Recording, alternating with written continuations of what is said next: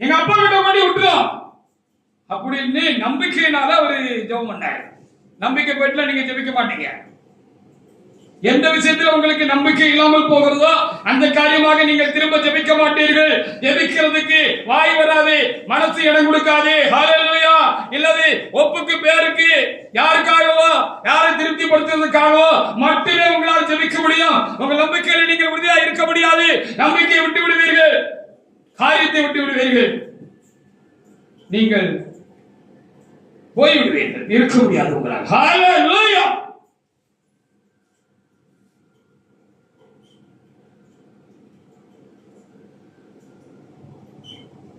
ஆதியாகமம் 32:10 வாசி பாருங்க.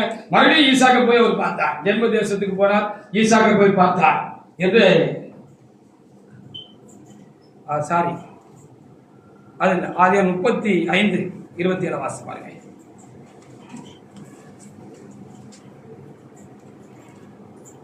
ஆதியாகமம் 35:27. பின்பு யாக்கோபு அர்பாவின் ஊரானாய மம்ரேக்கு தன் தகப்பனாய ஈசாக்கினிடத்தில் வந்தான். அது ஆபிரகாம் ஈசாக்கு நெய்கின்ற எப்ரோன் என்னும் ஊர். அப்படின்னு சொல்லி பாருகிறான். வயசான காலத்துல திரும்பவும் போய் என்ன செஞ்சாரா? ஈசாக்க போய் தகப்பனை போய் ஜென்ம தேசத்துல பார்த்தாரு அப்படின்னு சொல்லி சொல்லப்பட்டிருக்கிறது.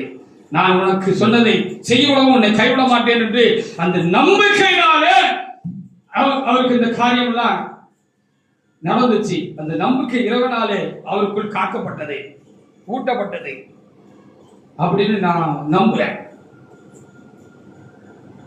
அதற்காக என் ஆண்டவரை நான் என்ன செய்கிறேன்? அதிகமாக நான் சோத்திருக்கிறேன்.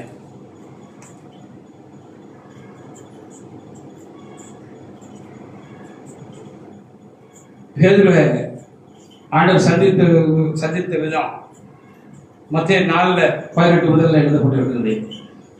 ஆண்டவர் பேதுருவை சந்தித்தாரு. அவர் இறைவனை அறியாதவராக இருந்தார்.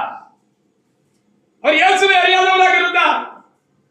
இயேசு யார் என்று அறியாதவராக இருந்தார்.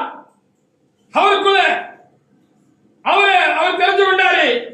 தம்மை பின்பற்றுகிறதற்கு, தம்முடைய வேலையை ஊழியத்தை செய்வதற்கு தேவனாக கர்த்தர் பேதுருவை முன்தெரிந்து வச்சிருந்தாரு. அப்படிதான் ஒரு இடத்துல சொல்லுகிறாரு, நீங்கள் என்னை தெரிந்து கொள்ளவில்லை, நான் உங்களை தெரிந்து கொண்டேன் என்று சொல்லுகிறார். கர்த்தர் தான் நம்மளை தெரிஞ்சு கொள்கிறார் அவருடைய வேலையாக, இல்ல காரியமாக.